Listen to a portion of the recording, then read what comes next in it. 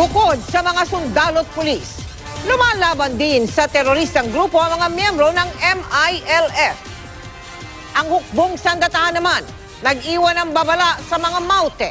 Mula sa Marawi, nakatutok live si June Veneracion. June! Mel, patuloy ang pagkubkob ng militar sa mga lugar dito sa Marawi City na pinasok ng Maute Group. Meron namang babala ang Armed Forces sa Maute, Mel. Sumuko na daw sila habang meron pang pagkakataon. Maingat, dahan-dahan.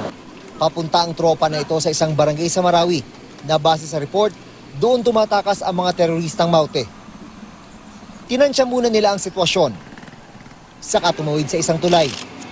Ang tulay na ito, muntik na palang pasabugin ng mga Maute nung Huwebes para hindi na madaanan ng tropa ng pamahalaan.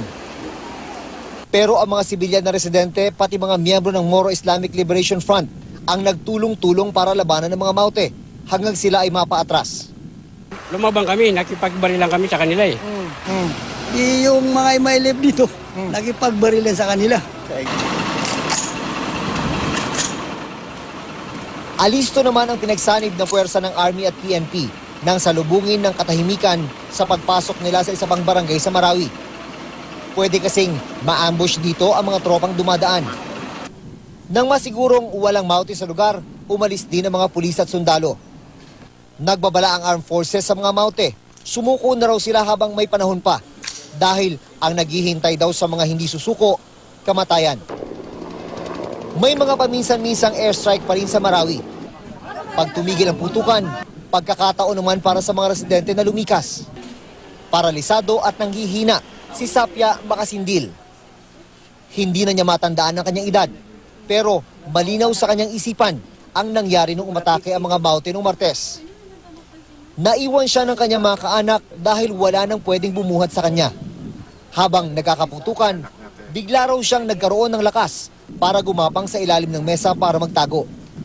Doon na siya nakita ng iba pang kamag-anak na bumalik para siya ay iligtas Martes ng gabi. Doon siya nakano sa kwan? Ilalim ng misa? Paano nakarating siya sa ilalim ng mesa? Nagano? Gumapang siya, oo. Paralyzed na siya? Paralyzed na siya, hindi siya makakain.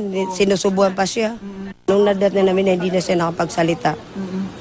Talaga. So, pagod? Sobrang pagod? Hindi natatakot. Nandito po kami para i-rescue kayo, ma-Christian man o Marano Muslim. Kahit anong tribo, basta nandito sa Marawi, ang gusto ng city government at saka provincial government. Naya, isipti kayo. Kapag humuhupa ang putukan, mabilisang pumapasok sa komunidad ang grupong ito para maghanap ng mga mare-rescue ng mga residente ng Marawi. Building Ganito ay yung mani. ginagawa ng mga lokal na opisyal ng Marawi City at Anil del Sur.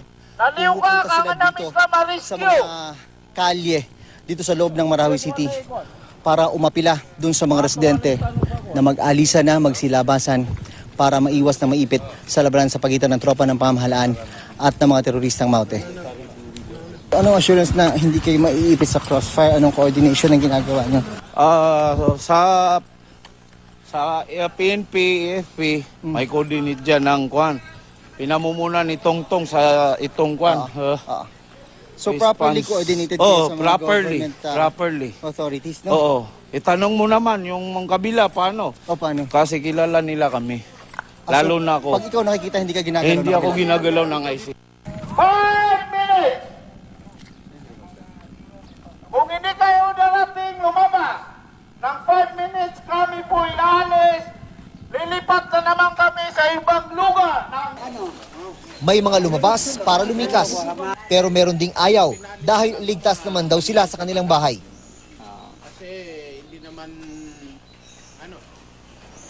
Mahigit isang linggo na ang problema dito sa Marawi.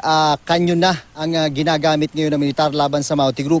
Kaya may nasunog na namang lugar dito dahil sa pambobomba. Sabi ni AFP spokesman Brigadier General Restituto Padilla, kailangan na raw gumamit ng kanyon para matapos na ang problema sa Maute. Sinusiguro naman daw nila na walang madadamay na sibilyan sa ginagawa nilang pambobomba.